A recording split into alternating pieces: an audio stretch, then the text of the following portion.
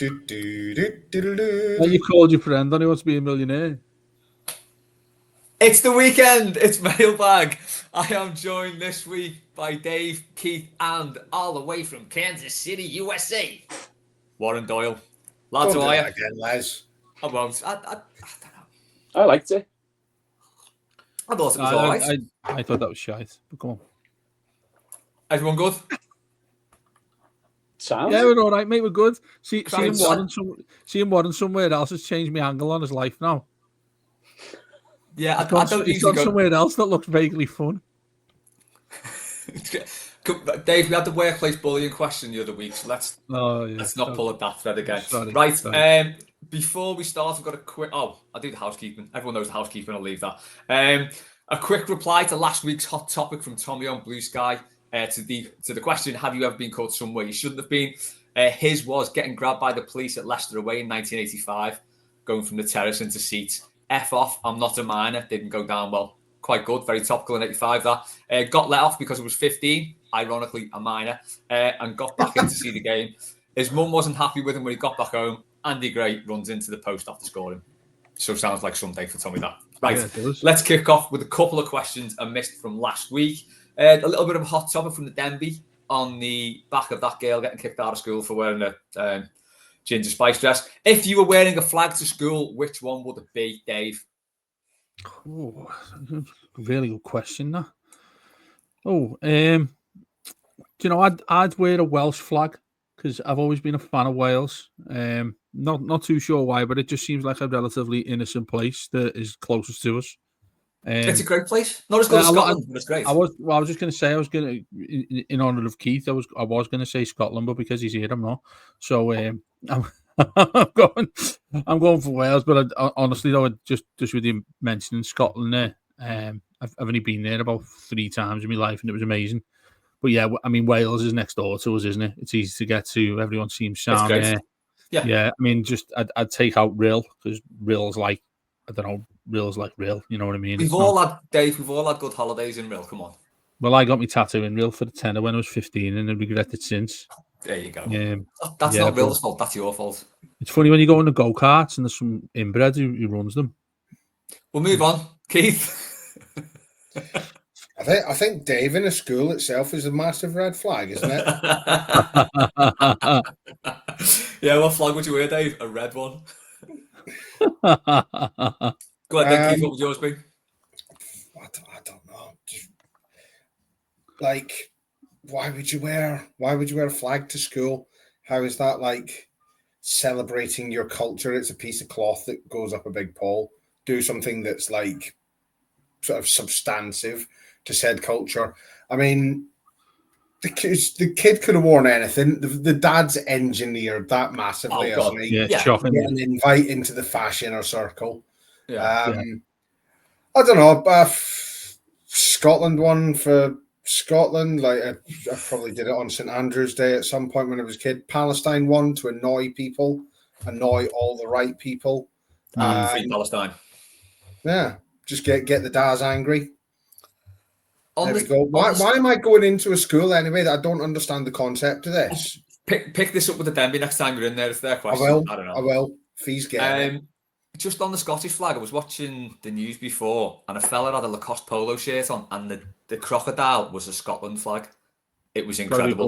Got to be black, that. I think it might be, but it looked great. I'm all for it. I think it might be a Lacoste crocodile with the Scotland flag on. And you think it's not flag? You can get all different colour crocodiles now, legit. Honestly. Warren? Well, we had our cultural dress day last Friday, and I went in the full Everton kit. So I know that's not the flag, but it was come in the midst of after that story with the girl. And what they conveniently forgot was not that the flag was inappropriate, but for the 14 or whatever old she was wearing an inappropriate dress. So that's where the confusion came. I think I'm led to believe. Got it. So that would make more sense. Yeah. So that's where that comes. But obviously, people jumped on it that it was the British flag that was the inappropriateness. Yeah. But yeah, I wore full Everton kits. I didn't wear a flag or nothing, and got loads of stick off the kids. What as planned. on the way, like on the outcry of that? Did you see? Did anything happen in your school that was similar to that? No, do you know it's what's annoyed me about that story is a lot of schools do it now, and we've done it for the last few years, and it's amazing seeing all the kids from different backgrounds wearing a different cultural dress. And we've had a couple of like pictures of all of them together, and there's like 50, 60 of them who all wear different stuff. And it looks incredible. So much colour, so much variety. And then you get people like, you know, wearing the footy kits. One of the lads is a big cricket fan. He wore his cricket jersey and stuff. There's people who come in all sorts. There's a lad, you'll like this, Dave. One of the lads is a big golf fan. He came in his golf gear.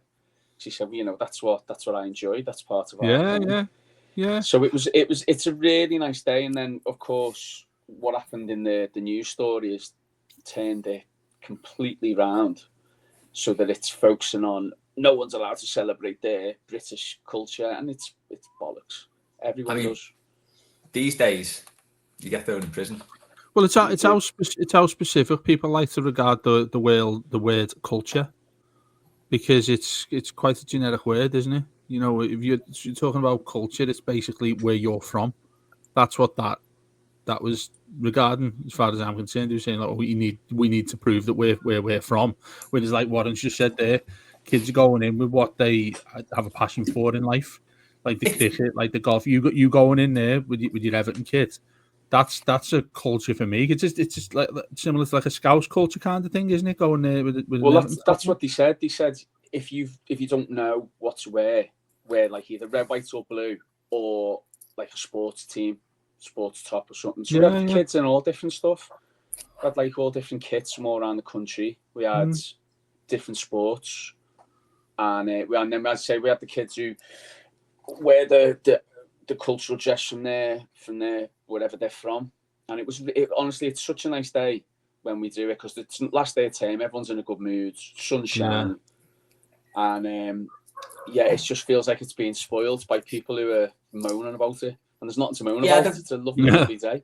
Right wingers will grift on the back of anything. Mine, by the way, would be the Seychelles flag. An absolutely incredible flag, that, if anyone's seen it. So colourful. It's amazing. It's great. Well, I asked Joe what the best flag was, because he's like a big geography nerd. He knows all the countries, capitals, flags. And he said Seychelles, and he's right. It's amazing. Stu said, show us your best compo face when you get turned away. Keith, give us a compo face. That's indignant. I like it. Warren? Good. Shocked. Dave? Class mine. That's full compo face. I look tell you more what, quite confusing for people to watch on YouTube. Yeah, that's not good for the patrons, but yeah, all we're going to YouTube for. Les, I'm pretty sure you must have done an advert for something like that in the past. Probably at some stage. Yeah, definitely. Right, one from Stu. I called a truce on this one, Keith. Cats are better than dogs. Discuss. Shite. Colin Robinson and Max are both wonderful creatures. I'm happy to call a truce on that. I'm not gonna pit them against each other, but oh god, I wouldn't do that. Christ no. I do love Colin Robinson and his complete disdain for the world. Yeah, he's a good lad. He is a good lad. But for anyone that's having cats over dogs, can I just summon Max? See, for the YouTube watches again, more Max content. I know this is going to be great if you're listening. I'd have loved it if some fella. We are about to have a dog. You know? Come on, I think Dave. Here he is.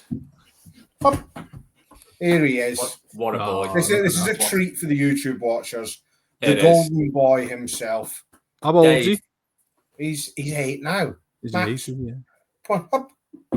Dave, when you put the Patreon audio out, Dave, just say anyone listening probably want to fast forward to 10 minutes in. Or just do a lot of visual stuff. No, I'd like a visual description to the audience. Audio description. A dog appears. A wonderfully handsome golden retriever stepped into the frame. Yeah. He is a very handsome lad. He is, and I think he's the smiliest dog I've ever seen. Yeah, always laughing. Yeah. He has a great nature. Mike. Mike's take on this was cats on every conceivable level. Maggie has offered Stu a straightener outside the Denby on the back of that question. So, and before we get on to this week's questions, Neil on Facebook, bit of soccer chat. Can we fall into a Crystal Palace problem if we ever get into Europe? Mike said, without doubt, this happens. But we don't get relegated to the next European competition. We get relegated to League Two, which only seems fair. It probably would happen. I think we've discussed this on something else, haven't we, Dave? Did we do it on Blue Monday? Yeah, we did. I think Roger was all over it, wasn't he? In what's happening over there, and he was talking about John Sexton and all that stuff. We were saying we started sort of raising questions of, well, is it basically down to who the owner prefers? Does one of them get in ahead of somebody else because they've chosen that? I don't know how they work it out. Maybe it's on. It's how they finish in their respective leagues. Whoever has the higher league finishing position. So. Right. In which case, because Lyon finished like 4th or something in France, and Palace finished 13th, 12th. Yeah, I don't know. I think it might be like the coefficient thing as well that they have. That's also, as far as I'm aware, Lyon fans don't take a drum to the match, so it's fair game for me. That's a fair tackle. I'm happy to be proven wrong on that. If Lyon fans do take a drum, then both of them should be bombed out, and they should have. Old Texter's other team, what are they, Botafogo? Get them in the Champions League next year. Yeah, we'll pay to see those away fans over. I think the complication for Everton is, I think Everton definitely do, because the freaking group own Roma, own Everton. The complication with Palace was, Texter doesn't own them, does he? He's just a big shareholder. Is he the majority shareholder? Yes, he was, and then he binned his shares, didn't he? He sold his shares. Yeah. But he didn't do it quick enough to comply with the regulations. And that's when Forrest, the big scab grasses, went, Mr. UEFA, sir, he's copying my homework. Classic. Classic bit of Forrest in that one. It was vintage Notts Forest. Well, let's be honest though. If you were the owner of the two clubs, you didn't support either of them, you'd still choose Roma. Because Roma are in better nick than us, aren't they? Roma are in a better position than us. Oh, God, yeah. Having said that might be quite a bit stupid to say that, because if we did qualify for the same European competition, then they wouldn't be so much better than us, would they? But I guess if you own something, you'd be the thing that had the best chance, wouldn't you? So, I don't know, flip a coin, would you have a vote on the board? Stuff like that. I don't know. Be interesting to see how it panned out, though, wouldn't it? Or either way, it will impact us if it happens. But do you know what? It's a nice problem to have. I'd take it all day now. Yeah. Do you know what? Right, I would absolutely love a season in the Conference League. Oh God, yeah. Can you imagine how much fun we'd have cutting about Bratislava and Vilnius and the like? I thought you meant the domestic. Give me that now. Yeah, it'll be great. I'd rather do that than the Conference League, because the Conference League, Europa League has the same structure as the Champions League, doesn't it? And that's a load of arse. Is it the Europa League that as well? Now, yeah. Whereas Europa League's got it and the Champions League's got it, but the Conference League is still old school groups, home and away. Yeah. Give me that all day. All the cities and the Europa and Champions League, they're all places you'd probably just go to on holiday anyway. Yeah. Whereas, there's going to be places in the conference where outside of a football context, you're probably not going. Minsk. Can you imagine watching the Toffees get beat in Minsk in December? How much fun would that be? I'm here for that all day. Right, we'll move on to this week's questions now. First up from Ian. Hi guys, hope you're all well. All good? Yeah. Sound. On the back of his question last week, on which Everton goal would you have liked to have scored? Which save from any Everton keeper would you like to have made? Pickford's triple save against Sheffield United for him. Warren? Can you hear me all right, by the way? Yeah, all good. Oh, brilliant. So I'm on the fancy microphone now. We sorted it. We had a bit of technical thing beforehand, but I'm on the fancy one now. Again, if you're watching on YouTube, you will see just how fancy this microphone is. It's like the Blackpool Tower next to me, isn't it?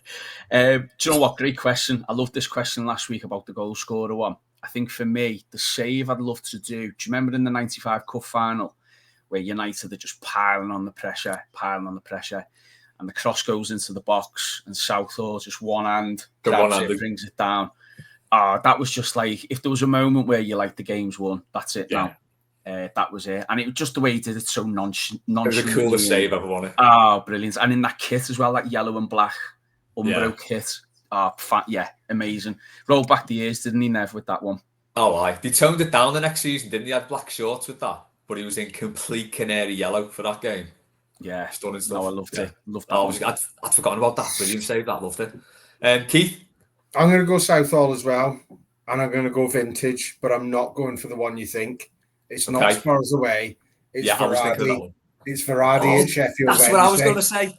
Because the best part about it is Varady legs it off, celebrating, 2 hands in the air, giving it the old Toto Scalacci, and Big Nev's just gone, nope, not today, sunshine.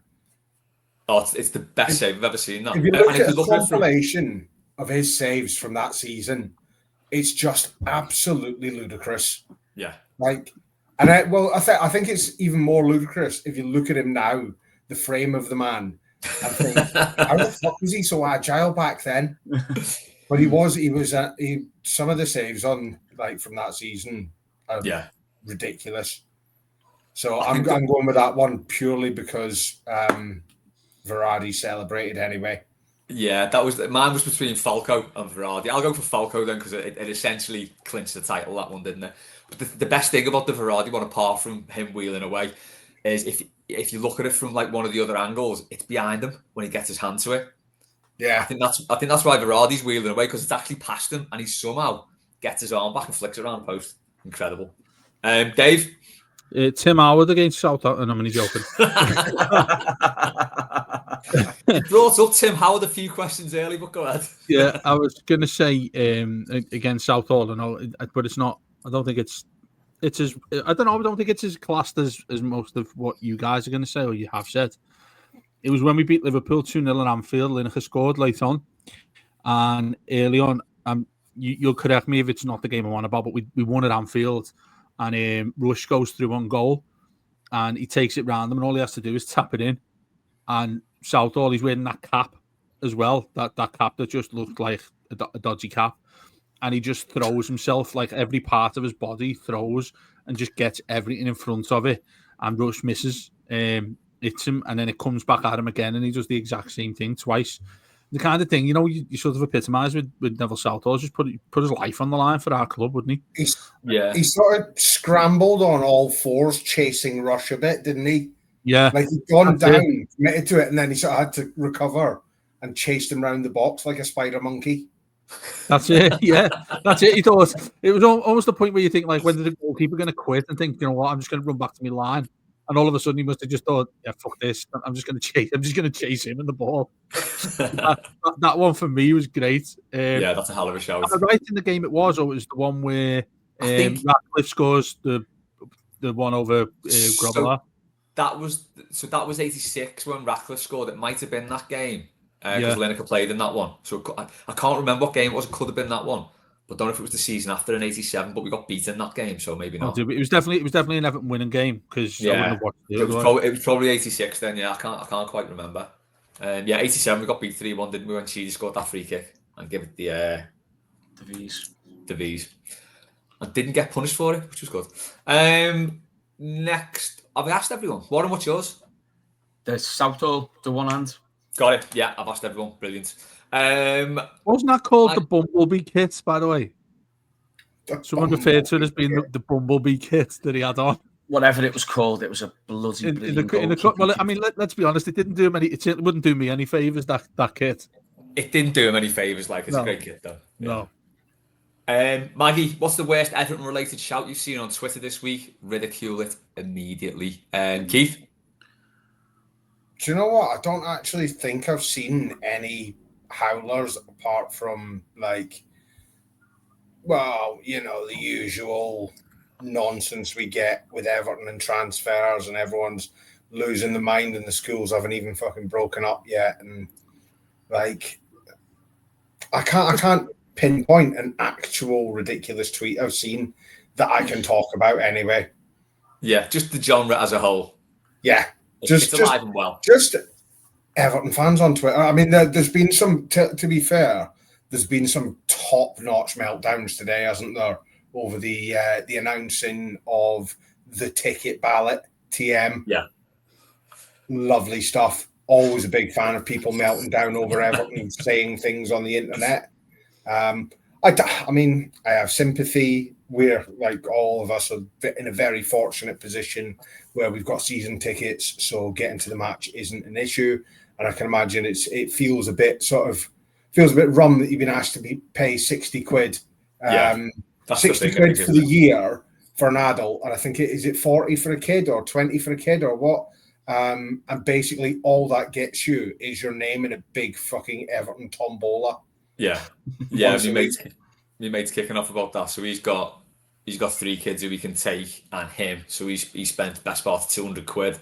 And he messaged me today and goes, "What's going on with this Everton ballot thing?" So I'm hoping at least if they do a ballot, it'll be like, well, once these people have won a ballot and used the tickets, they sort of get moved out until the next lot of people. Yeah. Even then, that seems a little bit unfair on people who go to one game. It's like, was that it for the season? It's a bit, it's a bit weird, isn't it? It's mad, isn't it? The supply and demand for Everton tickets, considering just how crap we are, is obscene. Can you imagine we were good? Just for 1 minute, imagine like we were good. We've been average at best for 10 years now. And that was like 2 seasons, like 10 years ago. Yeah. Since then, since after Koeman, we've been shit, haven't we? Stinky. Yeah. Do you know what? With you saying all of that, Keith, it makes me not want to be good, because it'd be havoc getting tickets, wouldn't it? It'd be just chaos trying to get to. You just got to keep your season ticket up, as long as they don't bring in something like this license thing that United are talking about, where you got to pay $4,000 for the right to buy a ticket. What? Have you not seen that this week, Dave? No. That sounds like classic Earthworm Jim to me. It is Slim Jim. Slim Jim at his finest has decided to investigate the possibility of bringing in a supporter seat license, or words to that effect, where they have to pay a £4,000 premium for the right to buy their season ticket. Jesus Christ. Can you imagine paying $4,000 to watch Everton and then $1,000 on top for the actual season ticket? You get sectioned. I think it's a sting. It's got to be some sort of sting by the mental health board. Yeah, it's got to be, hasn't it? They just round up those postcodes and get them in. Didn't they did something similar where there's a particular part of the ground where people have had season tickets for donkey's years and they've told them to move? They had that happen as well towards the end of last season. At a certain section of like all I think I remember that. Yeah, just like he's fucking that place up, him, isn't he? I mean, it's good to see. People wanted to do that with us, didn't they, for the singing section? That was well thought through, that whole malarkey. Dave, any Twitter hot takes? Yeah, I'm looking at my list because it generally happens quite regular, doesn't it, on mine? And Ipswich had signed Ashley Young yesterday, so I quote tweeted it and I said it was a mistake for us letting them go at this rate, i.e. because we got no players. And some fella replied to me, we wanted to keep him, to be fair, and I said clearly not enough, and he said because he's a backup right back who wanted too much money for what we wanted to give. Fine to do so, in my opinion. Not starting right back anyway, and that's what we need. Like, I was only having a joke, mate. Lighten up a little bit. And he started kicking off. He started reeling the stats at me, going. He started 5 games out of 19/20 under Moyes. 3 of those 3 games were last of the season when we had injuries. He was only ever going to be a backup right back, and in terms of backup right backs, we're fine. He wouldn't be that. So I just said, fucking hell, I'd take a joke. And then someone replied saying, no need to swear at him, Dave. Of course, I felt like one of those, them Paddy Power things that they do, them fan denial things. I felt like I was doing one of them myself. I tell you what, people's willingness to really put the time in to argue with strangers on the internet never fails to astound me. A simple telling someone to fuck off's fine, but to really like dig into like stats and read like do a 6-tweet thread. The best thing about it is No need to swear at him, Dave.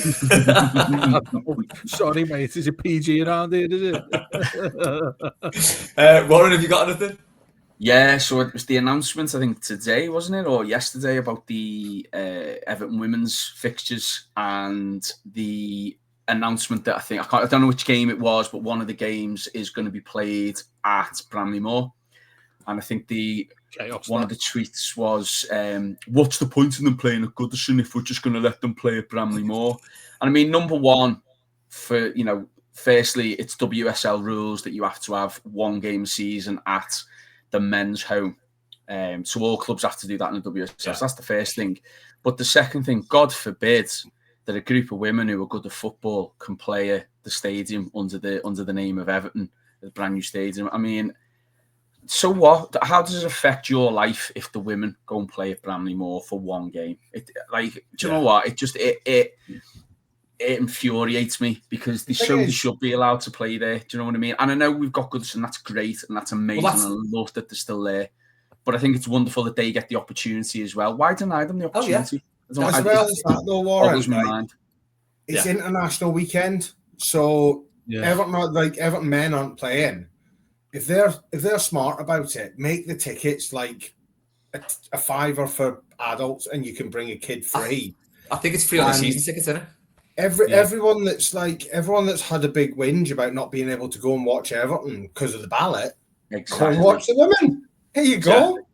You can see the nice shiny ground. You can get the overpriced chicken, and you can see the Toffees. But you know what? From a club point of view as well, imagine that game, the first women's game at Bramley-Moore. It's a sellout, i.e., every seat is taken. How good is that going to look on us as a club? Not just for the women's side of the game, but from us as a club. Yeah, these Everton fans are dedicated to go and watch whatever team it is. That's how passionate they are. Well, it's important for them to do that right then, isn't it? And like price it right, and not have like Sky. I know obviously it's a new stadium and they're going to want to charge a premium. I'm worried about. I don't know if they've announced the rates for like the general match day tickets for the men's team yet or not. I can imagine they'll probably take a bit of a leap, given what we've seen from clubs like Villa and Fulham. So for an event like this, where you've got people wouldn't normally go to watch the women during an international break beyond like a hardcore of, say, a couple of thousand who used to go and watch them at Walton Hall. So price it right. With Goodison now, I think that'll take a turn again. Well, hopefully, do you know what? Hopefully it does. Hopefully their attendances go up and like it generates a bit more interest. From what I've heard, I know next to nothing about women's football. From what I've heard, the players they've brought in are quite good. They're apparently going to be a lot better team this year. So hopefully they see a bit of an uptake in the season ticket offers and stuff for them as well. But yeah, like do something sensible with it. Give out free tickets to local schools. Correct. Yeah. Like get people in the ground, even if that ground is full of like 7 to 10-year-olds or whatever. Correct. Doesn't fucking matter. The seats are filled. The women are playing in front of a crowd. Do it. Like get as many people through the doors as you can. I'll tell you what, though, one thing I couldn't handle, which has come to light about the women's game, is that they've got a derby on the opening day of the season. Yeah, absolutely. Fuck that, no chance. That could have qualified as one of the flips on Twitter, couldn't it? Because there were a few kicking off about that. But the thing that following on what you lad said there about the women's game growing and Everton doing what they should be doing with it, I think they announced yesterday. Peter Mack was talking on the Weekly last night. If you haven't heard him yet about it, because he covers every game for the women's team. And what you said there, Keith, I think they've signed like half a dozen like really top class players because our new owners have given Brian Sorensen a load of money to spend and they're properly investing in it and all that. That's because where you are now, Warren, it's huge, isn't it? The women's game in the States. That's why like they're one of the best sides, win the World Cup quite often and things. Our owners are obviously American; they're well into that sort of stuff. So that's great to see. But also, the season tickets have came out for the women's team at Goodison. I don't know if I'm saying this is old news, by the way, but it was I caught wind of it yesterday. I think it's 150 quid adult for a season ticket and 100 quid for kids. So it works out about a five at a match for kids to go to it. And the best thing he said as well was that if you want to have a pint, you can take it to your seat. Seats, yeah. Yeah. Oh, God, yeah. Oh, I'm in. Right, we all Everton Women Ultras. Let's go. Yeah. Blue Room Day Out. Goodison. You know what? I might fuck off the men's team and save myself about 600 quid a year. The thing that was better about it all was there's not just at half time, when you've got to go to a queue of about 1,000 people. The entire game. Yeah. You don't get a pint now with your pints. Little segue on that then. I hope they've got some of those little wooden carriers where you can get 4 on. I just go there about 10 minutes in and you go and get take your own. Exactly. But that's what I mean. There's no way you wouldn't be able to take your own, would they? They couldn't be that all-arse about it, could they? Brief little segue on that then. How many pints would you take to your seat for kick-off to watch Everton's men's team? Oh, Christ. I'd have about 8. You'd drink through Nares, wouldn't you? The Nares, just like that. That first game of the season, though, I wouldn't touch the drop, mate, because you want to feel all of it. I don't know about you, but I wouldn't touch a pint until after the game. I'll probably. Fair enough, Dave. If that's your prerogative, I will be. You're not going to have any memory of it, though. That's my point. You won't have a memory of it. Oh no! Pictures. You just need to condition yourself to drink. Come on, you're a grown man, David. The amount of once in a lifetime gigs I've been to that I've got no memory of, but I know I had a great time. I'm fine with it. Well, the thing that stays about me, Les, you've seen me down a pint, haven't you? So like I'd be in the Mersey after 5 minutes. So. on that one, Les, I went and seen Oasis the opening night in Manchester. Yeah, and a couple of us got interviewed for local telly in Oasis fan in Heaton Park, and they were asking us about like, oh, have you seen them before? And like, I had to say, yeah, I saw them 23 years ago at Tea in the Park, but I don't remember a thing because that's how Tea in the Park used to be. So it was a nice way for me to say that, like, at 17 years old, I got to see Oasis, but I don't remember a thing because I was off my chops. And they published it. God bless them, they published it. So there good you stuff. go. Tea in the Park was great. That was the first festival. Tea in the Park was like, you can keep your Glastonbury's, your Reading and Leeds. Tea in the Park was feral. Yeah, it was absolutely feral. Where was that? Kim Ross, wasn't it? Ballado in Perthshire. Oh, was it? It's a big country estate, yeah. But why did he bin that? Finances in the end. It got too much to run, and it got replaced with what's it? That Transmit that they do on Glasgow Green. Oh yeah. Nobody camps there now because it's in the centre of Glasgow. So yeah, give me Perth and Kim Ross any day. Yeah, that was the one. Moving on. Hot topic, Hulk Hogan's dead. No one really cares. Who was or is your favourite wrestler? Warren, go ahead. Robbie Brookside. Do you know who Robbie Brookside is? Yeah, I do, yeah. Yeah, he's a blue, isn't he? Yeah, Robbie. So years ago, he's high up the chain in there in terms of like a coach, isn't he? Yeah, I think he's doing all right for himself. Yeah. So years and years ago, I went to one of these like local where you go to like the local leisure centre or somewhere, and they have a thing on. And I went to one, and this fella gets on the mic. I'm Robbie Brookside, thick Scouse accent. I'm going, hang on a minute, who's this fella? So they do like a little meet and greet afterwards where you pay, you get a picture take or whatever. So I'm with the two kids who I'm looking after the day, get a picture with them. I'm like, oh, whereabouts in Liverpool are you from? So I think he's from Tuebrook. And Tuebrook, yeah. And he said, oh, I don't go there, do I? It's too near Anfield, I don't go there.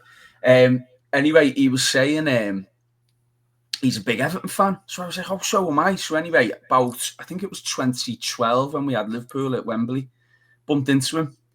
And I give him a big hug and I said, oh, you're Robbie Brookside. And then again, I saw him outside the ground in the park end before that, actually. And I said, oh, excuse me, sorry to interrupt. Is your name Robbie Brookside? And he couldn't believe, because he's like, couldn't believe someone recognised him.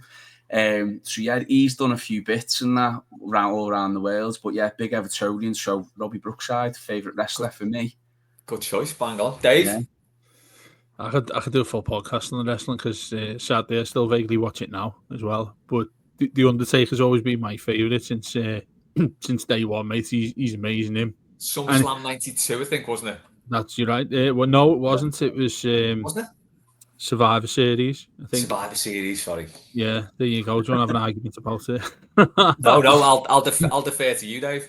Yeah, but I remember I used to be like proper scared of him, and I don't know if you remember or if you even watched it, but when Kane, his brother, came onto the scene, it was like '97, something like that, and I was petrified when he came on the scene, and he put him in a casket and set it on fire. This was when it started getting a bit bad for the kids. Do you know what I mean? He did that, put petrol on it and set it on fire, and I was like, the Undertaker's dead. And I remember going to school, like crying my eyes out that the Undertaker was dead.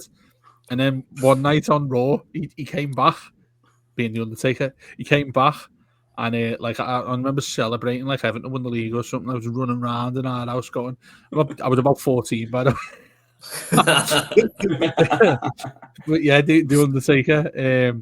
And he does a tour now with his. He does like a tour with his, career sort of thing, and he does podcasts and all that as well. But he's obviously he portrays Kane's brother on it, and Kane is like Donald Trump's one of Donald Trump's actual best mates as well. Like so, I hope the Undertaker slapped him. Yeah, these wrestlers do love a better MAGA, don't they? Oh yeah. They're all God fearing. They're all God fearing Republicans. Yeah. Keith? Papa Shango. Next.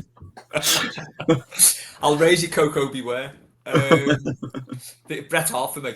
Bret Hart. Oh yeah. I had a pair of Hitman glasses when I was a kid. Incredible. The screw job time. See Moisey cutting about training with his Bret Hitman glasses on the other day.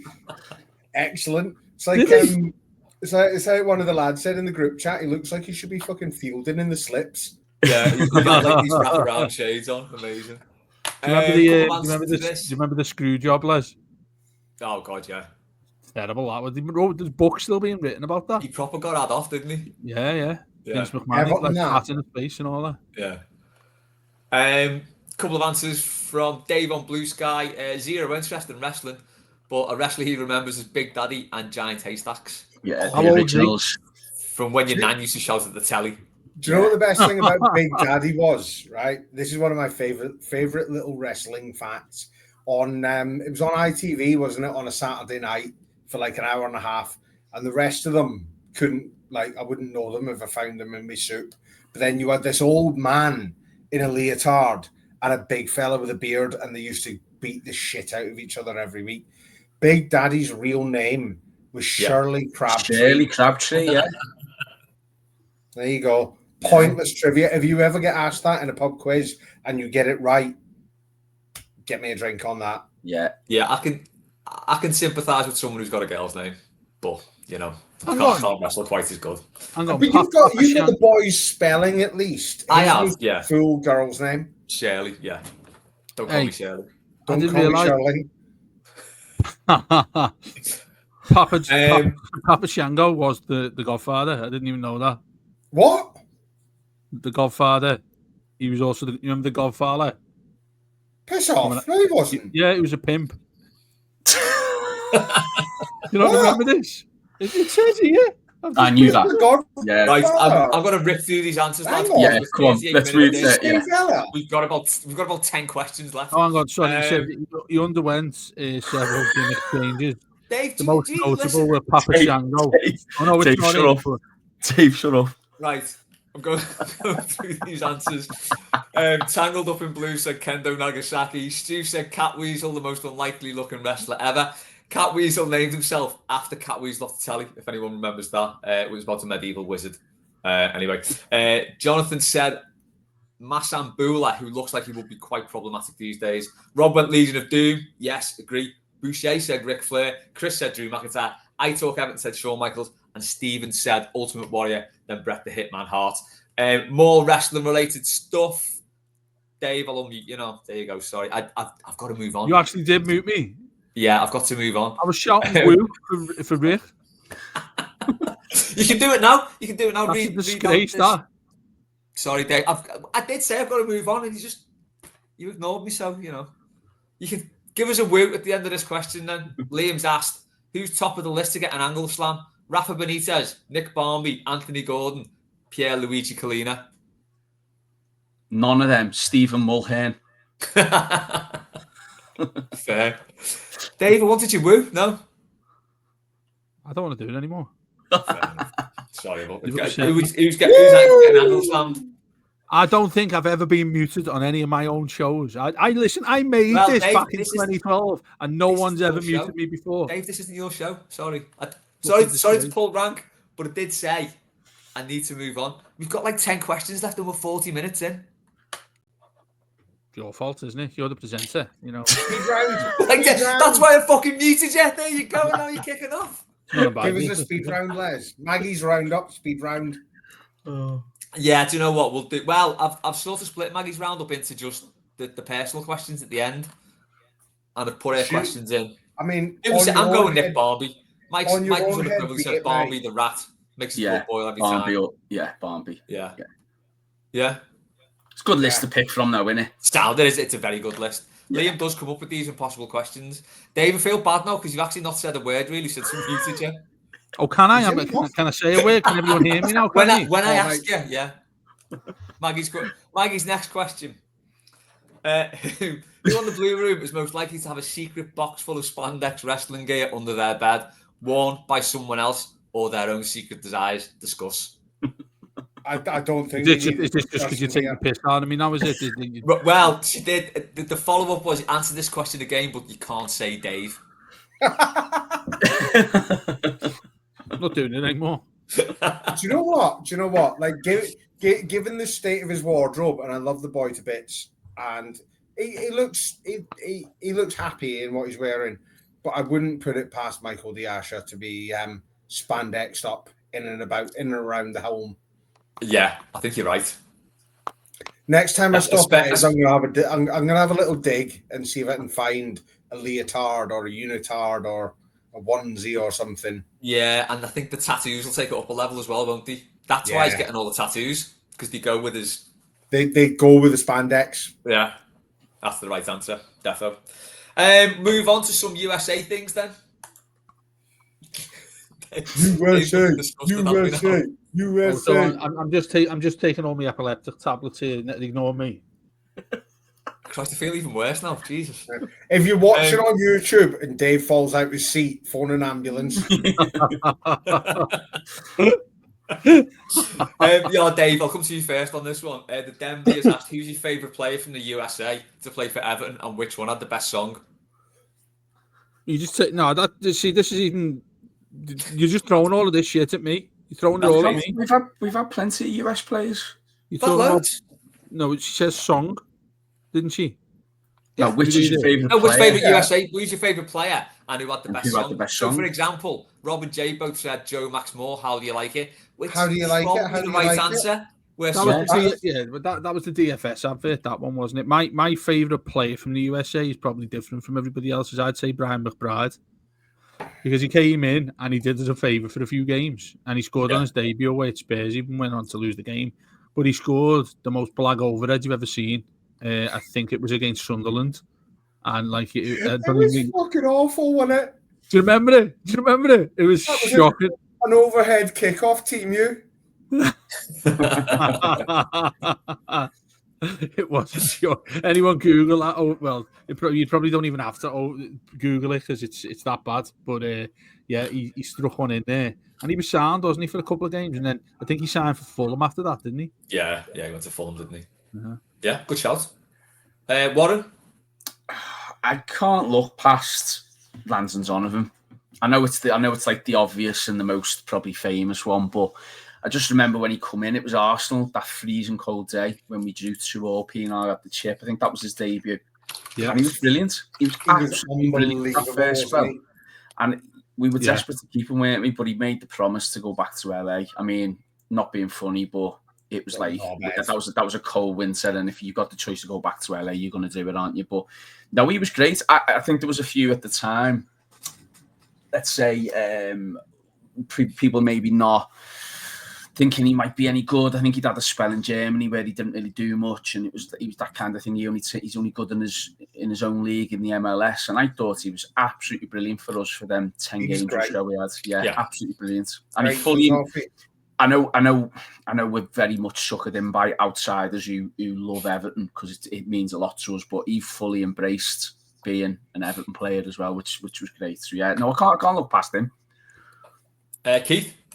Exactly the same. Landon Donovan for two reasons. The Arsenal game at the Emirates in the snow, because he ran the fucking show, and it was just a lovely game. It was the first time I think I'd ever seen us go to Arsenal and properly compete. And his goal against Hull. Do you remember his goal against Hull? Yeah. He scored that absolute daisy cutter that just like skimmed the top of the grass.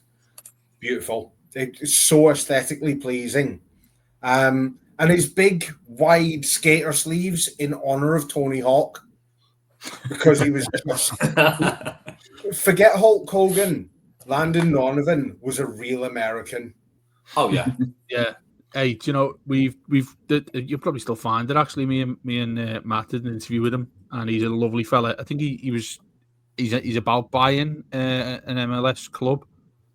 I'm not sure if he's still doing that, but he's involved in it with San Francisco, I'm going to say. He's involved on the board sort of thing now, but what a lovely guy as well. I remember when he came over, the two times when we went to see him. He still chats very fondly about the Toffees as well, bless him. He does, yeah. And it was great speaking to him, because when he came in the second time, I was interviewing him, and he said I was thrilled to come back, and was always sort of off air. He'd always said, like, do you know what? If in a different lifetime, he'd just stay at Everton, but he had them obligations when he was back home. But he did. I think he was a buy-in for what? At one point, he was like. Thing is, at the time, he was the face of American football, soccer in America. Like he was the poster boy for it. So he was like, he had all these, like Dave said, obligations to the MLS, to the American national team and stuff, where he had to be sort of the poster boy. It was like when a bomber pilot in the war completed 25 missions and they flew them home so they could do like a war drive and get more people to sign up and like join the army and stuff. That's Landon Donovan, essentially. The clean cut American boy. There's a random picture of his hair at the moment as well, isn't there? That was doing the rounds. Yeah, he's got a hair transplant, and he looked a bit mad, didn't it? Has it not gone well? No, mate. Google it. Honestly, it's there was some serious things. I thought someone have a look now. Or something. Is it bad? Yeah. We'll move on while you look. Mine's Preki, by the way. Yeah. I think it was Serbian, but I'm sure he had American citizenship. And I've got very fond memories of Man City away in '93 when we beat them 5-2. You used to play for the Kansas City Wizards, where I am now. He did. He was a five-a-side player, wasn't he? Yeah. And then, God, yeah. What's going on there? No, it's bad, isn't it? If you're watching on YouTube, sorry, apologies to the Patreon lot, but if you're watching on YouTube, the cameraman did. What is that? Just shave it off, mate. Got his good side. Next one from Maggie. What's the weirdest thing do you think Matt and Paddy will end up doing in Chicago? I mean, he can do some devious stuff, can Paddy Boyland, and he'll probably force Matt to do so with him. I can imagine him going to. I don't know what to say. Hovering on mute here, Dave. Yeah, I was going to say they'll end up in a strippers and probably stay there all night, losing all the money. Then that's it. Something mild like that. They are going, from speaking to them both, they are going to watch the Chicago Cubs play at Wrigley Field, which is like the Goodison Park of baseball, and they'll have a brilliant time. So they'll probably end up in some bar talking to some weirdo. Wow, that sounds fun. Mute him, Les. Mute him now. The rest of the show. And next one, what's talking to some weirdo in the pub? Wow, it's a big night after Warren, isn't it? And next, what's the weirdest thing you think Everton will end up doing in Chicago and the rest of America? I'm going to say winning a game. going to the bar and talking to someone weird. Warren the weirdo, yeah. Warren going around talking to people. I hope, as part of one of the like publicity things, they do a full recreation of the musical Chicago. Yeah, oh yeah, we need to get him to do that with Jordan Pickford as Roxy Hart. I'd like to see them because you know, it was where Boardwalk Empire, a lot of it was filmed around Chicago. I'd like to see them do some sort of advert or something like that, because obviously our owners are film-based company, aren't they? Do you remember how everyone dressed in Boardwalk Empire was brilliant until like the last season. It was like most shows, it went to shit because no one really knew how to end it. The way everyone's dressed up, it's a little bit like Peaky Blinders. I just love to see all of our players doing that sort of thing. In that dress, but the advert's the style of Yerry Mina's Betwago.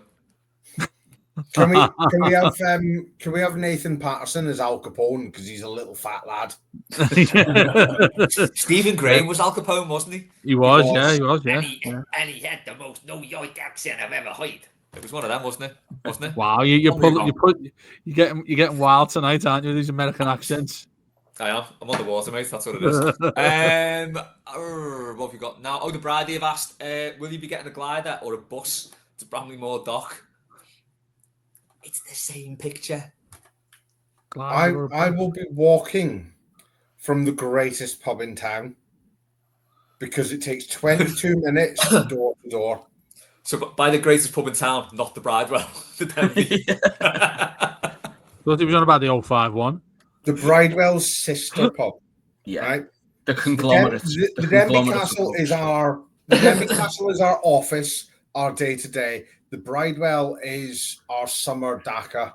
Yes. It's where we retreat out of season to recuperate and replan for the next campaign. And do big birthday parties and such.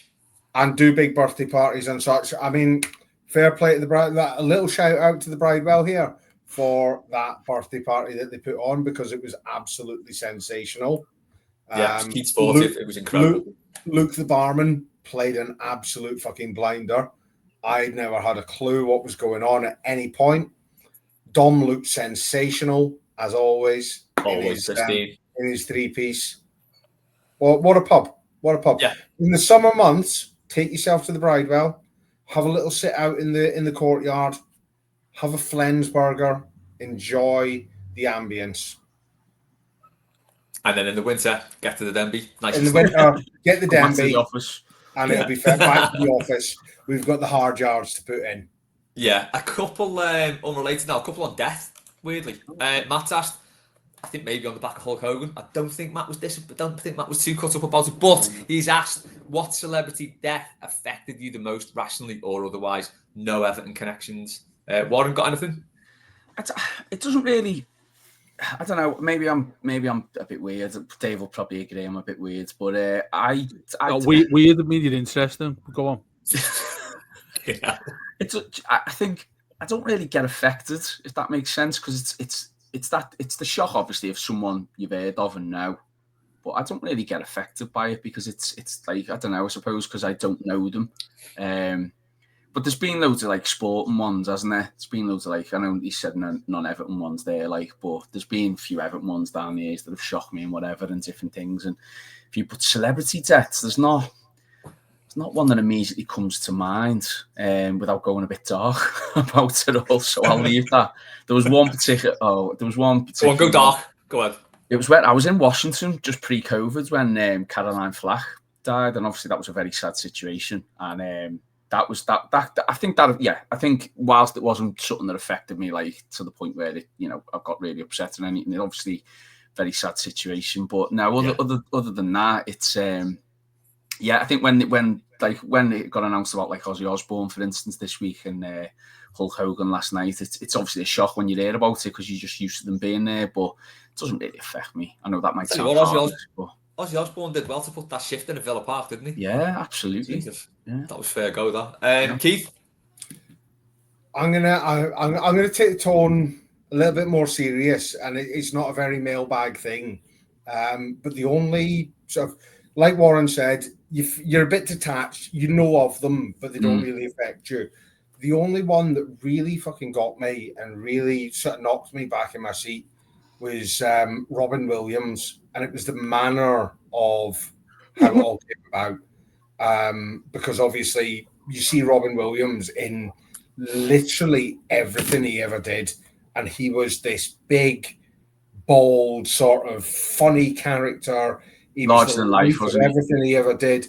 And you see what he did in public life as well. You see all his appearances in public, and nobody had like anything bad to say about the man.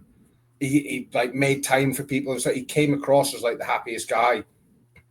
And to think that there's someone like that comes across like that outwardly, so happy, so vibrant, so like full of life, and inside they're just filled with turmoil. Just like it gets to me. It really does, and it's one of those sort of serious moments where I have to say, like, if you're struggling, if you like, even if you're putting on a performance on the outside, but you like every single day you're hurting.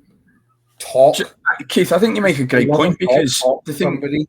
I think, look, this show, we always have a laugh and we have a joke and whatever. And, normally it's me or David who are the butt of all the jokes. But I think something like this, it's obviously, I think us as blokes will admit we don't normally because it's not things like these as much. Yeah.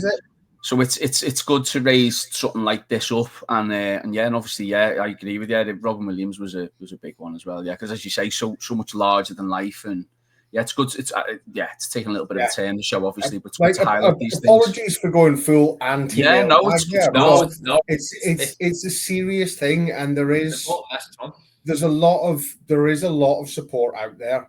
If you just put your hand up and say I'm not okay, people will have. So, like, if anyone listening is in that frame of mind, struggles day to day, fucking talk. Even if it's a case of send a fucking DM to the Blue Room account, someone will talk to you. Yeah, they will. People will make time for you. Yeah, 100%. We're a family. Like, agree. Beyond all the piss taking we have, Evertonians are a good group of people. We've been through life's ringer. A lot of us have our own experiences in grief and depression and whatever. Put your hand up and fucking talk. Yeah, we've clocked up some miles between us all, so yeah. Agreed. Well said. Dave? Just on Robin Wilson there, Good Will Hunting's a fantastic film if you haven't seen it. Yeah. And that's a reflection on it. He can be like, he's really good. He's across the board what he can do as an actor as well. You don't normally associate him with a serious film, but he's absolutely brilliant on that. I'd implore anyone to go and see that because it's excellent. I don't know, man. That like got me quite emotional, to be honest with you, what you said there, Keith, just to echo what you said. Because I know I've certainly had, you boys certainly helped me out, and anyone in the Blue Room has. If anyone dares have anything that they feel it's inappropriate not to talk about with mental health, then there's an open door for us all the time, isn't it? Whitney Houston, I was going to say, because that was a massive shock. And Michael Jackson, of course, as well, was the thing that got me about Michael Jackson was, I think it was 08, 09, something like that. 09. He was meant to be doing that This Is It show when he was, I think he was 50 when he died. Is that, I don't know if I'm right. It was in Manchester supposed to be as well, wasn't it? In Manchester and the O2 Arena. It was just basically across Britain, and he was doing this show. And I was no fan of Michael Jackson, but I just think in sort of pop culture of our time, him dying was huge, wasn't it? That was astonishing that happened. And said Whitney Houston as well. Just to put a bit of a lighter note on it, the Whitney Houston thing was the Wayne Rooney tweet. I want to run for you. That was an absolute cracker. There we go. We're back on track. Yeah. I mean, if you want something that cheers you up when you're feeling like a sack of shite when something seriously bad's happened, when I saw that, I was like, when you're seeing it, it's something that's inappropriate, but you can't not laugh at. It was that, wasn't it, when he came out saying that, because he was being deadly serious. Yeah, I think mine with James Gandolfini was a horrible one, and Terry Hall of the Specials, which really upset me. That one. It's weird. I had a real upset reaction to the point where like the kids asked what was up because I was properly crying about it, and I never thought I'd feel like that about any sort of celebrity death. But yeah, Terry Hall really knocked me. Bring it back down again. Nice one. Fucking hell, cheers, Matt. Thanks for the question. That wasn't Matt Jones, was it? Another one on death, but a little bit lighthearted because it involves serial killers and murder. Stevens asked... Hang on, sorry. It's a little bit more lighthearted because it involves serial killers and murder. There we go. So Stevens asked, Blue Room members are all trapped in a slasher film. Who's the first to die? Who's the final survivor? And who says, I'll be right back, but doesn't return? I'm going to Bagsy dead first because I 100% would be the first to get killed. I'd be second then. Me and you would like joint. Yeah. Flusky'd last quite long. Matt Flusky's the final survivor because he is unsinkable. Yeah. Flusky. Who says they'll be right back? Dave, you shall be right back and don't come back. Let's say you don't. So, I don't know who trapdoors it in the pub and disappears, and we never see them again for the rest of the night. All trap. Oh yeah. It's normally Jonesy, isn't it? Jonesy just gets off. I think first time, I don't know. Like I get no, I don't think anybody's seen me do that, but I get seriously angry at times, like anger issue problems. Like not too long ago, I'd start slashing people myself. Like, well, I was thinking. My other thought for you, Dave, was that you'd be the final survivor and the killer in some like the same thing setup. I'm into this. The killer comes in though, and Dave just goes, "Don't you fucking start with me today." Nothing over this shit. Get out now. Lad, we've just been beat 3-0 at home off Leeds. Will you fuck off? Do you want to step Killer outside? says, I'll be right back, fucks off, doesn't come back. End of film. I like it. Everyone's apart from me and Warren, who are dead, obviously, already at this point. I tell you who says, I'll be right back, and then fucks off when we never see them again. Fabrizio Ravanelli. Oh, 1997. Yeah. And his full entourage as well. And his entourage. Take your entourage and fuck off. You beautiful man. We're nearly there. We got one from Stu, one from Tangled Up in Blues, and then our personal one from Maggie. So Stu has asked, what's your favourite music video, not including the 85 Cup Final Wogan show appearance, obviously. For him, it's Utah, saying something good. Everyone of a certain age has been in a social club like in that video. I think that was the video for the re-release of the song, wasn't it? Where the fella's doing the Running Man and he's in a social club. It's very good. It's a good video. Dave? It's a long shot for me, that. Barely listen to music, let alone watch any. Come back to me. Let them two do it. They like a bit of music. I think Warren likes music randomly. just like talking to himself. Warren. Do you know what was a cracking video and way ahead of its time at the time? And now it could be done easily with all technology and gadgets and AI and everything. Sledgehammer was a hell of a video. That was on my list. Yeah. Peter Gabriel. Yeah, brilliant video. I remember. Do you remember like where all of the age? Remember like the box and other music things were used to ring up, and you could request a video, and you'd see your number on the screen, and it'd be in an order, and your video would come up. What did you used to get in touch and say turn it off? I used to. No, I used to request 2 unlimited.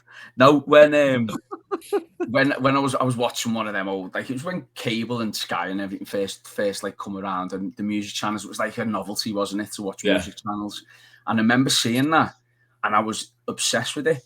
And like the song, therefore, like the song because of the video, but I thought that was incredible. Yeah, at the time, it seems outdated now, but at the time, that was way ahead of its time. That video. Yeah, that was summer 1986. Yeah, I remember that because it was a wonderful summer when Everton were great, but yeah, they just fucked the double. But there was 5 players in the England squad, and they were doing bits in Mexico. Brilliant, good time to be a 9-year-old. Keith. I've got two potential candidates that I'll put to the forum for everyone to decide on. Number 1, Dire Straits, Money for Nothing, absolute belter of a video. Yeah, and number 2, because it was huge when I was growing up, and it was just fucking iconic. Was The Verve and Bittersweet Symphony when Richard Ashcroft's just walking down the street, bumping into fellas, and they're like mouthing off in the background. And again, to touch back to when I went and seen Oasis, Richard Ashcroft was one of the warm-ups, and he was fucking sensational. I Moncur that. He was great. He got the assignment perfectly. He rocked up, he played the hits, and he fucked off. Do you know what as well? I'd completely forgotten what a banger Weeping Willow is. Absolutely incredible record. Like fucking Cast, the horrible cop-out bastards who turned up and tried to play a new single. This is our new single. It's coming out in 2 weeks. We don't want this. The sound was shite for Cast as well, wasn't it? Play Walk Away and fuck off. That's all you've got to do. That song, I can't hear that song without thinking about Dear Mr. Hicks, though. Yeah, it's the soundtrack to Dear Mr. Hicks, isn't it? So yeah. Dave, have you got one? Yeah, Take My Breath Away on Top Gun. Nice. Kelly McGillis on the back of the motorbike. Yes. Mate, she was different. She was different gravy back then, wasn't she? She's not so much gravy now. Maybe she's had too much of it. If you looked at what she was going to do when she is like nearly 70. Too much of it. What an insult to a mature elderly lady. She's had too much gravy. I was going to say, look at Tom Cruise now, but I don't even think it is Tom Cruise anymore, is it? No, he's 90% plastic now. He is. And I'm a big one for sort of ballads on films. So if you remember the Pearl Harbor film, the song on that, yes, yeah, that was I can't remember the "There You'll Be" by Faith Hill. Yeah, Faith Hill. Like that, and Aerosmith, Don't Want to Miss a Thing on. I was hoping for some Celine Dion from you, Dave. Well, I was going to say Titanic, but there we go. But that's not even, that song is not even in Celine Dion's top 5 ballads. No, it's not. I'm sorry, but no. I agree with you there. She's and also, fuck that film. There was room on the door for Leo DiCaprio. Yeah, and she fucking let him drown. The selfish bitch. But I also thought there was more. I mean, most of that ship, obviously outside of it, was made of wood. I think it was pretty easy, given the fact that 2 hours it took after they hit the iceberg to go down. You could easily make something of wood that would keep you afloat and safely. That might be quite offensive because I'm a massive geek when it comes to Titanic. Like, and also, Vegas, like the entire premise of like the film is her confessing to her granddaughter that she once had an affair, and then fuck her granddad. She spent the rest of her life fantasizing about a fella that turned into a block of ice. Yeah. And it was throwing that fucking throwing the jewelry in the river in the sea at the end. She's a terrible woman. If me and Kate Winslet ever meet, I will have words. Have you seen and any fans of Titanic? I don't get there are many watching Mailbag, but if you watch the alternate scene that it was going to be at the end, it's ridiculous. So you know she has the heart of the ocean, and in the normal film. Sorry for bagging on about this, Les. I've just seen your eyes rolling your eyes. No, I've got to get to the pub in about 20 minutes. So right, okay. Well, I'll give you the diamond, and you can get going after 19 minutes, Les. So we are actually an hour and 7 in. Yeah, well, she was at. Well, shut up a minute. Shut up, and I'll tell you. Right. So she's at the back of the boat and throws it in and all that. And she does that little. Right. But if you look at the alternate one, been chasing it for years. He goes up to her and she's holding it over the edge, and he goes like, "Give me it now. I've been fucking looking for this my whole entire life." And she goes, "If you come any closer, I'll drop it in." And then, like, she explains to him why she wants to do it because it's where Jack died. And he says, "Can I at least touch it?" And he puts it in his hand. Oh, sorry. She puts it in his hand, like, and you can see he's desperate to grab it and just throw it in the sea. But he just starts laughing and dances with her daughter, and then she throws it in the sea. It's one of the worst endings to a film, and I'm glad they didn't use it. Yeah, but worth watching. Okay. My videos. Apologies. I felt like watching seen Titanic. Yeah. Oh yeah. Spoiler. Yeah. Enjoyed that day. Thanks. Mate, that's wild for you. That's wild. My videos are Smack Me Bitch Up by The Prodigy. Probably quite problematic, the whole thing these days, but it's an incredible video. Overall, it's got to be Daft Punk having an entire anime cartoon for the whole Discovery album. 100%. Agree with that. Right. We have got, 10 minutes at most. Be fine. Toffee knows. Which non-Everton sport event in history do you wish you'd been at? Warren? Oh, wow. God, there's so many to pick from. I would have liked to have been at Edgbaston in 2005 when during the Ashes, when they won by 2 runs or 3 runs, whatever it was. That would have been insane. But I don't know. There's so many to pick. It's such a hard one, that, because there's been so many moments down the years, hasn't there? I mean, Olympic moments would have been great to be in at. Being a baseball fan, I would have liked to have been at the Royals World Series in 2015. That would have been brilliant. But yeah, I'll stick with that. I'll go for the Ashes in 2005. Sound good choice. Keith? I've got 2, and I'll run through the first one very quickly. It's the Patriots Super Bowl comeback against the Falcons. The biggest Super Bowl deficit that's ever been overturned. Tom Brady was an absolute fucking machine. At one point, the Patriots were losing 28-3 with about 15 minutes to go. Wow. And they went on to win in overtime. So that's like being 4-0 down, isn't it? And winning 5-4. Yeah, basically like 4 or 5-1 down with 10 minutes to play, and you come back and win. So there you go.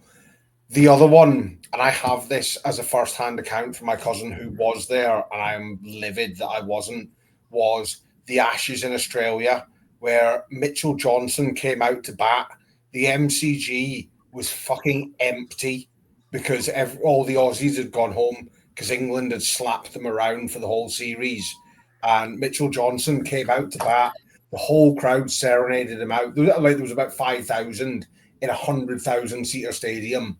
All England fans serenaded him out with, he bowls to the left, he bowls to the right. Yeah. That Mitchell Johnson, his bowling is shite. He came out, took guard, Chris Tremlett steamed in, bowled him, clean bowled, off stump went fucking tumbling, and he had to walk back in on a golden duck. What a moment that would have been. Yeah, superb. Again, I have no idea what any of that meant, but it sounds great. At some point, we are going to do a Blue Room podcast on getting Les into cricket. It might only be me and you listening to it, Keith, by the sounds of it. Let's go. Let's do it. I'm in. Dave? No, I love cricket. No one ever asked me about it, but there we go. It's a common theme of this show, isn't it, today? I've asked you every question. Okay, mine are 2 golf ones, and the first is when Tom Watson should have won the Open, but Stuart Sink ended up winning it in a playoff. Tom Watson was so knackered that he got to the 18th and he needed to party, and you could tell me he was shaking in terms of, probably I'm doing a disservice in the 60s, but he played an incredible hybrid to the back of the green, and it was right at the pin, and it just went about half a yard too far and rolled to the back, and he needed to 2-putt to win it, and he didn't. Stuart Sink went on and won it. Probably the most unpopular Open winner. And the second one, if anyone knows me about golf, it probably isn't many. I can't stand Tiger Woods, but I would have loved to have been there in 2019 when he came back and won the Masters. The return to glory. That was ridiculous that he came back and did that.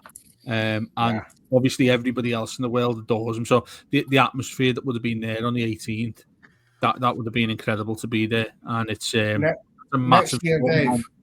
Next year, me and you will do the Sunday at the Open at Birkdale. Loving that, mate. Absolutely. Would love to. Birkdale's amazing for the Open. Right. We'll finish on Maggie's Roundup, where we each get a question. Maggie's Roundup. Maggie's Roundup. She'll fume if I don't do that. So, what's that? She'll be livid if I don't do that. Yeah, I know. I don't think YouTube will pull us on that, so it's all good.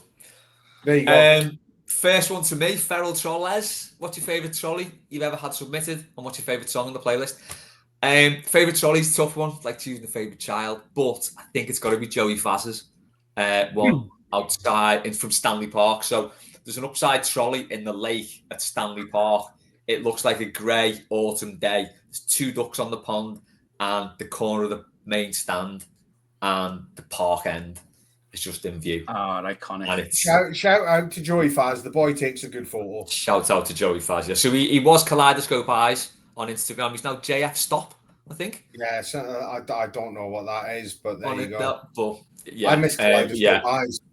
But there are so many though. It's if anyone's not onto it, it's Feral Trolleys on Instagram and hashtag Feral Trolleys playlist on Spotify. Next part of the question: favorite song? All I Need, because I think that's my favorite song ever. But I like to match up the songs what's going on in the pictures. So the Thriller for one outside Anfield Cemetery, which looks quite good. The Farm Golden Vision for one by the Alex Young picture of Goodison. Fatboy Slim, you're not from round here for one on Brighton Pier. And Girls Aloud, Graffiti My Soul for one that Jay sent in. And it's literally a trolley by a picture of some graffiti that says soul. So, and also Keith, one of yours, the Pogues, the boys from County Hall. Oh, that was a good one. I was thinking of the one that I got at Somerset County Cricket Club, and you did Dreadlock Holiday. I don't like cricket. Yeah. Beautiful. It's my favourite part about doing it. Trying to pick it's magnificent. Like, genuinely, if you're not on Feral Trolleys, get on it. It's the best account on Instagram. Apart from JF Stop, maybe, and the Blue Room. But anyway. Next up is the Karate Keith. What is one this is nice. What is one grievous football-related injury you wish you'd personally caused? Van Dijk. Yeah, it's got to be. It's got to be. I'll keep it short. I have actually, and I'm not proud of it. Well, I'm a little proud. In my final Sunday League game at the grand old age of like 37 or whatever, I did actually snap someone's shin bone in two because he shit out of a 50-50 tackle. And the first thing you get taught as a kid, you do not shit out of a 50-50 tackle or you will get hurt. And I snapped his shin bone. And I feel bad for him because, like, it must have hurt. Intentionally, you just went into a tackle. No, I went in hard and fair. He shit out. I went over the top of the ball. And his did you walk away doing got the ball, ref?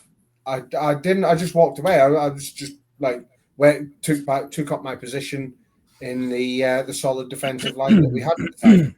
But yeah, picking a famous injury, it would have to be the Van Dijk one. Got to be.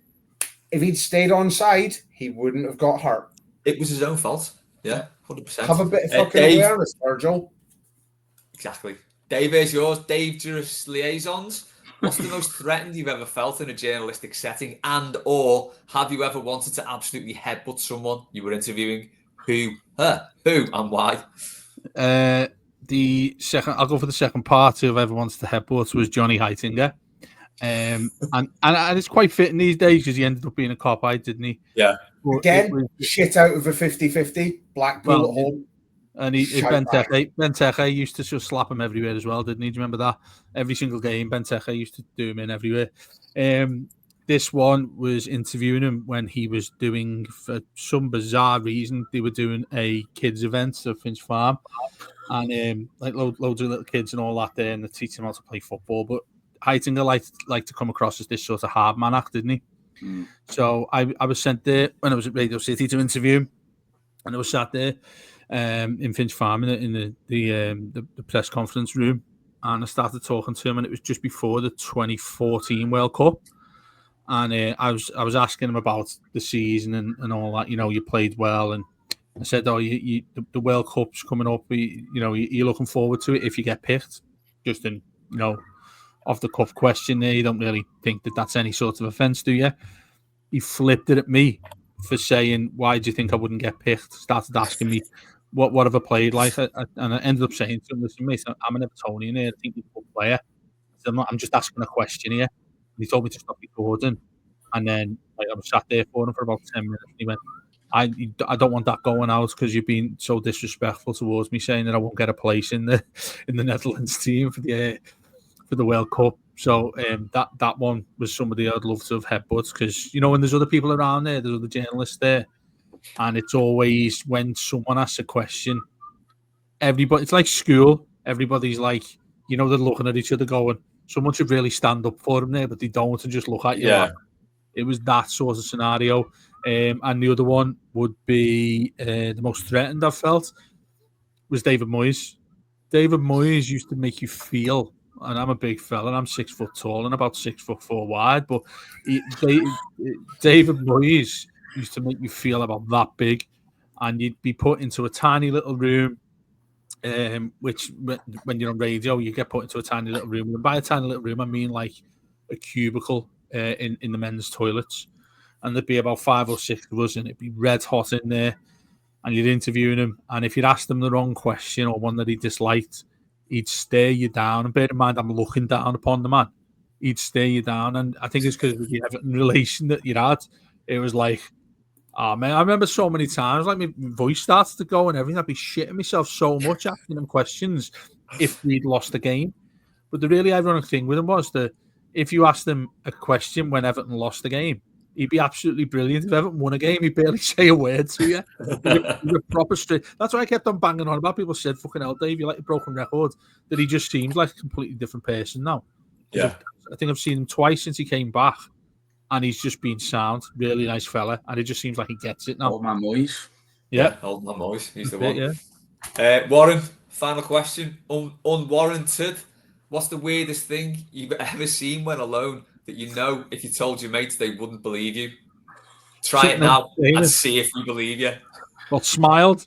Try it now. Yeah, watch the film. Weirdest thing I've ever seen alone. Someone else walking in a park or something. I'll tell you what. This, with me being in America as well, this has just sprung to mind now. When, oh God, it must have been about 10 years ago, and we were driving from Arkansas up to, I want to say, Iowa, and we're driving down the highway. Sounds great. Shall I mute Dave again? No, leave him. I don't want us to have a tantrum again for being muted. Leave him. And don't know, really scary, but it on my phone. So I bought an American SIM card so I could use the phone over here and everything. And the next thing on the phone, the weirdest noise that I've ever heard in my life, and I've never heard like a text message. I've never heard a text message sound or a phone call sound, anything like it. And it was a government warning sign about the weather. And it come through and it made this like really strange sound. So picked my phone up, pulled over, picked my phone up, and it said, "You need to take shelter immediately." So of course I haven't got you being at home, not used to seeing this. So I've still got the on my screenshot of the text message to this day. I'll find it maybe and send it you if you're interested. I know Dave's interested, so I'll send it to him. It said you must seek shelter immediately because it was like you're gonna get.